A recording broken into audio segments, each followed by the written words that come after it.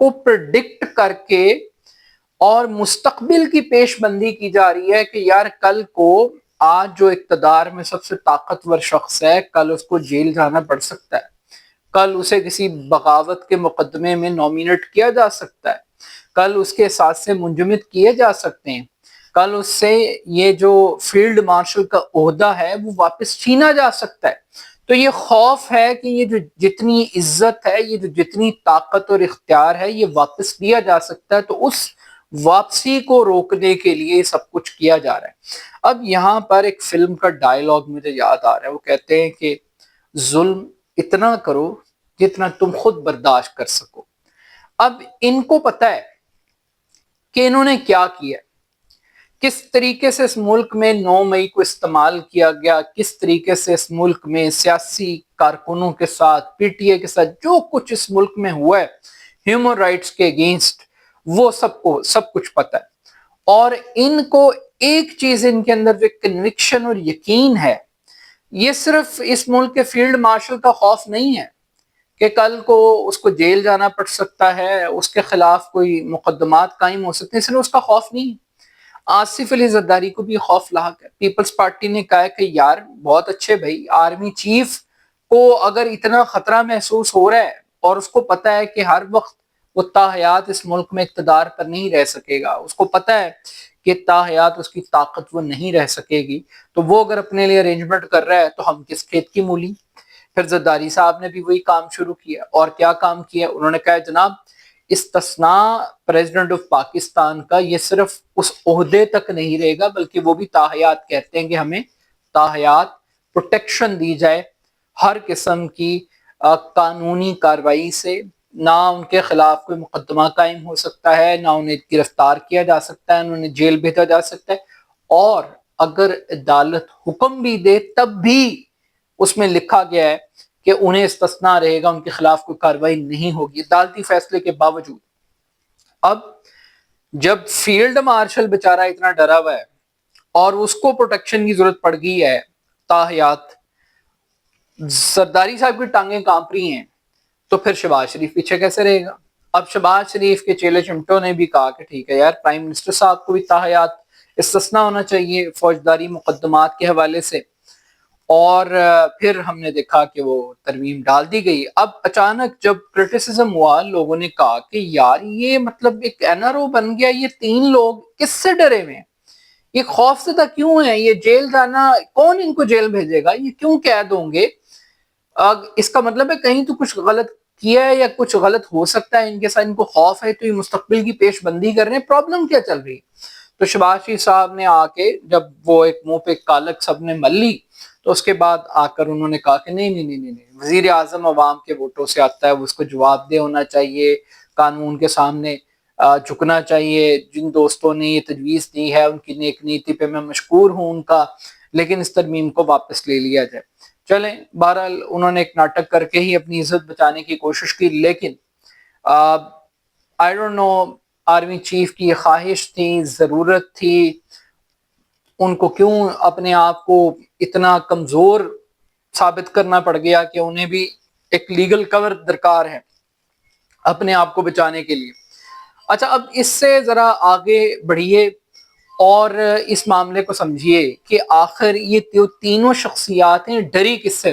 ایک شخص کا ڈر ہے، ان کو 100% یہ یقین ہے کہ جو اڈیالہ جیل میں بیٹھا ہوا ہے وہ جیل میں نہیں رہے گا کل، اور یہ جو جیل کے باہر بیٹھے ہوئے ہیں یہ جیل کے اندر ہوں گے۔ ان سب کو یہ یقین ہے کہ یہ اس طاقت کا مقابلہ نہیں کر سکتے جو اس وقت جیل کے اندر جس کو انہوں نے قید کیا ہوا، تو ٹیکنیکلی وہ آزاد ہے اور یہ قید ہیں اس کے خوف کے اندر، اور یہ سوچ سمجھ رہے ہیں کہ یہ جو ترمیمیں کر کے یہ اپنے آپ کو پروٹیکٹ کر لیں گے۔ اگر آئینی ترمیموں سے پروٹیکٹ ہونا ہوتا تو پرویز مشرف بھی پروٹیکٹڈ ہوتا، ضیاء الحق بھی پروٹیکٹڈ محسوس کرتا، ایوب خان بھی پروٹیکٹڈ محسوس کرتا۔ نظام کبھی کسی کا سگا نہیں رہا، نظام چلتا بھی ہے، بدلتا بھی ہے، ٹوٹتا بھی ہے، تو نظام کے اندر بڑی اس کی اپنی ڈائنامکس ہیں۔ آپ جب تک عہدے پر ہیں، وردی میں ہیں، آپ کو یاد ہے پرویز مشرف وہ کہتا تھا وردی میری کھال ہے، لوگ کہتے تھے 10 مرتبہ وردی میں الیکٹ کروائیں گے پرویز مشرف کو، یہ نعرے لگا کرتے تھے کاف لیگ کے ٹائم پہ. کہاں گیا پرویز مشرف؟ کدھر گئے سارے معاملہ؟ اور پھر ایک ایکس آرمی چیف، یعنی اس ملک میں کبھی آرمی چیف کا بھی کوئی احتساب کر سکتا ہے؟ آپ کیوں ڈر رہے ہیں؟ کس چیز سے ڈر رہے ہیں؟ اچھا، یہ جو اعزاز ہے اس پہ بھی تھوڑی سی بات کر لینی چاہیے. جو اعزاز دیا جا رہا ہے جی فیلڈ مارشل حیات، دیکھیے بات یہ ہے کہ آپ فوج میں آتے کیوں؟ کوئی بھی بندہ ہے، ایک ڈاکٹر ہے، وہ ایک ڈاکٹر کا کوئی ڈاکٹر کا پروفیشن لیتا ہے، کوئی انجینئر کا پروفیشن لیتا ہے، کوئی پولیس والا بنتا ہے، کوئی فوج میں چلا جاتا ہے. یہ پروفیشنز ہیں، یہ آپ والنٹیرلی چوز کرتے ہیں، اپنی مرضی سے کرتے ہیں، اور اس ملازمت جس کو آپ اختیار کرتے ہیں اس کے لیے آپ کو ایک معاوضہ ملتا ہے، اور وہ معاوضہ آپ کی کمپنسیشن ہوتی ہے. اور اگر آپ کچھ اچیو کرتے ہیں، آپ کو آنرری طور پہ کوئی ٹائٹل وغیرہ مل جاتا ہے، تو بات یہ کہ تاثر یہ دیا جا رہا ہے کہ شاید کچھ انہونا کر دیا آپ نے. بھائی پاکستان اور انڈیا کی مانا آپ کو فتح ہوئی ہے، لیکن یہ کوئی آخری جنگ تو نہیں ہے، یہ کوئی آخری مارکا تو نہیں ہے. اس کے بعد بھی میدان سجنے ہیں، اس کے میدان میں بعد بھی جنگیں ہونی ہیں. تو آپ اس جنگ کو آخری جنگ سمجھ کے اور آخری مارکا سمجھ کے ایک ہی آدمی میں سب کچھ نچھاور کر رہے ہیں، سمجھ سے باہر ہے، بالا تر ہے. ٹھیک. اور پھر جو آپ نے کیا ہے اس کے لیے آپ کو قوم نے ٹیکس پیئر کی منی سے تنخواہیں ملی اس کام کے لیے، تو نہ کریں. پھر اس کے بعد آپ یہ دیکھیے کہ پاکستان کے اندر جو ہے نا ایک طبقہ، ایک انٹچبلز کی کلاس، ایک انہولی الائنس یہاں پر کریٹ کر دیا گیا. اب پاکستان میں کچھ چیلنجز آ رہے تھے. چیلنجز یہ آ رہے تھے کہ جو جوڈیشری تھی اس میں بہت 2008 کے بعد سے 7 کے بعد سے چینجز آئی ہیں، اور جوڈیشری کنٹرول نہیں ہو رہی اسٹیبلشمنٹ سے. اور اس کی بنیادی وجہ تھی افتخار چودھری صاحب، اور ان کی از خود نوٹس لینے کا اختیار تھا. وہ اختیار ٹھیک تھا یا غلط تھا، انہوں نے ٹھیک استعمال کیا یا غلط استعمال کیا، لیکن اس سے پولیٹیکل کلاس بھی تنگ تھی، اس سے اسٹیبلشمنٹ بھی تنگ تھی. تو اب جو عدالتوں سے ان کے ناخن کاٹے گئے ہیں، اور کوشش کی جا رہی ہے کہ ان کو جتنا کمزور کر سکتے ہیں وہ کر دیں. تو از خود نوٹس کا اختیار لے لیے تاکہ مستقبل میں کوئی افتخار چودھری، کوئی ثاقب نثار ہمارے سامنے آ کر کھڑا نہ ہو. پھر اس کے بعد جو ججز کی اپائنٹمنٹ ہے وہ اب ایک پولیٹیکل اپائنٹمنٹ ہوا کرے گی. سوری. آپ جس بھی پولیٹیکل پارٹی کی حکومت ہے، اگر آپ اس کی لائم لائٹ کے ساتھ ہیں، اس کے لاڈلے ہیں، آپ سپریم کورٹ تک آپ جا سکتے ہیں. کیونکہ جو ججز کی اپائنٹمنٹ کا طریقہ کار ہے اس میں جو اختیار اب پرائم منسٹر کو مل گیا ہے، پریزیڈنٹ کو مل گیا ہے، جوڈیشل کمیشن کی جو کمپوزیشن بنا دی گئی ہے، تو اس سے تو بڑے واضح طور پر یہ پتہ لگ رہا ہے کہ اب ہم خیال ججز کا دور آئے گا. ہر وہی جج سروائیو کرے گا جو حکومت وقت کے ساتھ ہوگا. پھر اس کے بعد ایک اگلی چیز جو ہمیں نظر آتی ہے، پوسٹنگ اینڈ ٹرانسفر کا جو طریقہ کار ڈیولپ کیا گیا، سینیورٹی کا جو طریقہ کار ڈیزائن کیا گیا. یعنی جسٹس محسن اختر کیانی آپ بڑے نافرمان ہیں، بابر ستار آپ بڑے گستاخ ہیں، آپ خط لکھتے ہیں، آپ اسٹیبلشمنٹ کے خلاف رولنگز پاس کرتے ہیں، آپ سب لوگ. تو آپ سارے کے سارے جو 6 اسلام آباد ہائی کورٹ کے جج ہیں، آپ سب لوگ تیاری کر لیں بلوچستان میں لگنے کی. تو آپ سب کو ایک ایک کر کے کھڈے لائن لگایا جائے گا. تو یہ جو نیا قانون ہے اس کے تحت کہ اگر آپ پوسٹنگ سے انکار کرتے ہیں تو آپ نے آپ کو ریٹائر سمجھے، یہ نئی تلوار ہے.